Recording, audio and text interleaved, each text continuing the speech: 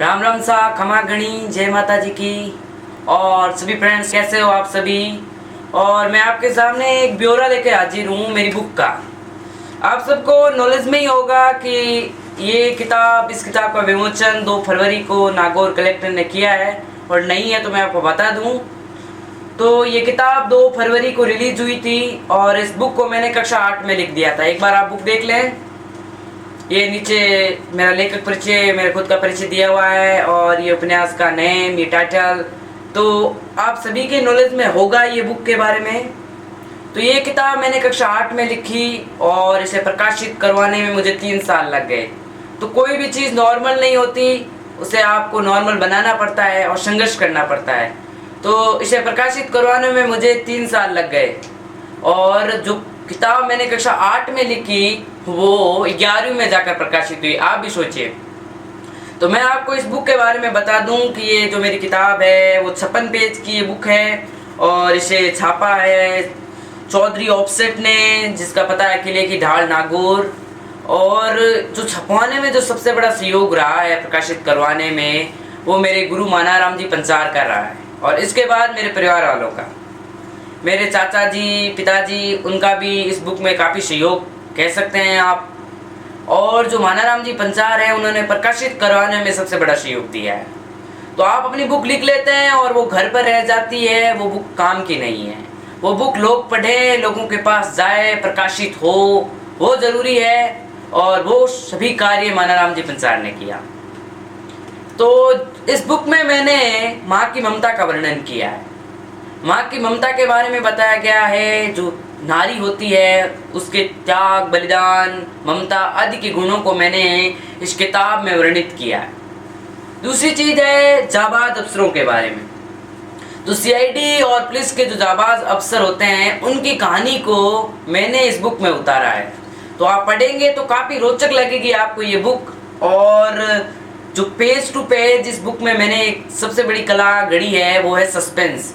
तो आप पहला पेज पढ़ेंगे तो सेकंड में आपको पता नहीं चलेगा आगे क्या हुआ, आपको पता चलेगा थर्ड में। तो कुल मिलाकर जो मूवीज़ में आप देखते हो जो सस्पेंस होता है वही इस उपन्यास में है।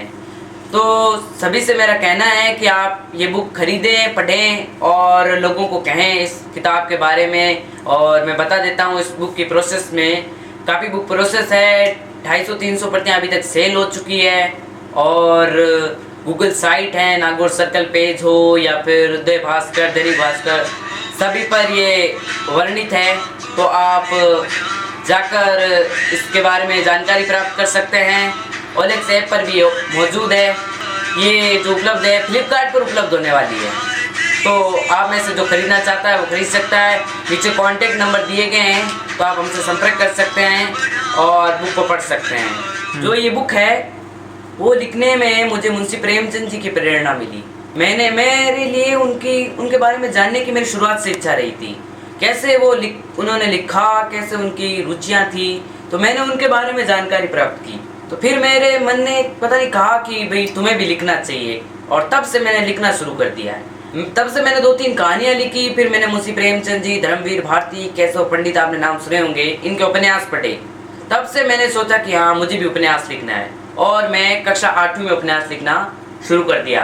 तो सबसे बड़ी प्रेरणा मेरे लिए मुंशी प्रेमचंद जी रहे। दूसरी चीज़ रही कि जो पढ़ाई है वो भी ज़रूरी है। तो मैं पढ़ाई भी करता हूँ, आप ये ना सोचें। मैंने अभी 11th में अध्ययनरत हूँ। आर्ट्स हिंदी साहित्य मेरा सब्जेक्ट है क्योंकि मेरी रुचि हिंदी साहित्य में है। और मैंने 10th है वो गवर्नमेंट स्कूल से 75% से पास की है। अभी भी मैं गवर्नमेंट स्कूल सीनियर सेकेंडरी ऊंटवालिया में अध्ययनरत हूँ। और अंतिम चीज़ मैं बता दूँ कि मैं उपन्यास के अलावा कहानियाँ और कविताएँ भी लिखता हूँ। मेरे लिए काफ़ी इसमें रुचि रही है। और फिलहाल मैंने कोरोना पर जो विश्वव्यापी समस्या रही है इस पर वो भी दिन थे और जोश ख़त्म नहीं हुआ जैसी कविताएं मैंने लिखी है। और प्रेम कविताएं हो या इंक्रेज जोश वाली कविताएं हो वो भी मैं लिखता हूँ। और वो भी दिन थे कि मैं 2 पंक्तियाँ आपको सुनाना चाहूँगा, ध्यान से सुने आप। एक मजदूर का दर्द इसमें मैंने बयां किया है। वो भी दिन थे जब घरों में जबरन रहना पड़ता था। वो भी दिन थे जब घरों में जबरन रहना पड़ता था। 2 वक्त की रोटी के लिए तरसना पड़ता था। 2 वक्त की रोटी के लिए तरसना पड़ता था। मजदूर कामगार बंद पड़े थे कमरों में, मजदूर कामगार बंद पड़े थे कमरों में, घर से दूर रहकर नींद नहीं है आंखों में, घर से दूर रहकर नींद नहीं है आंखों में, वो भी दिन थे, वो भी दिन थे। तो काफ़ी ये लंबी कविता रही मेरी। तो आप में से जो ये कविताएं खोजना चाहता है वो योर क्यू टैब पर जाकर खोज सकता है। इस पर मेरी काफ़ी कविताएं मैंने अपलोड की है। और अंतिम चीज़ मैं आपको बता देता हूँ कि जो व्यक्ति में जो निखार है वो निखारने से ही आएगा। आप में यदि कोई कला है, आप में या आप में से किसी में भी अन्य हो, साहित्य हो या अन्य वर्ग की भी कला हो सकती है, तो आप उसको करें, उसे आगे बढ़ाएं, क्योंकि आपकी कोशिश ही आपको कामयाबी तक ले जा सकती है। इसलिए आप कोशिश करें और आगे बढ़ें, अपनी रचनाओं को पहुंचाएं, मेरी तरह कोशिश करें, क्योंकि आप कुछ कार्य शुरू करते हैं तो आपको काफ़ी संघर्ष करना पड़ता है। मैंने भी ये बुक लिखी तो इतना आसान नहीं रहा मेरे लिए भी, इसे शेयर मार्केट और प्रकाशित करवाने में मुझे भी 3 साल लगे।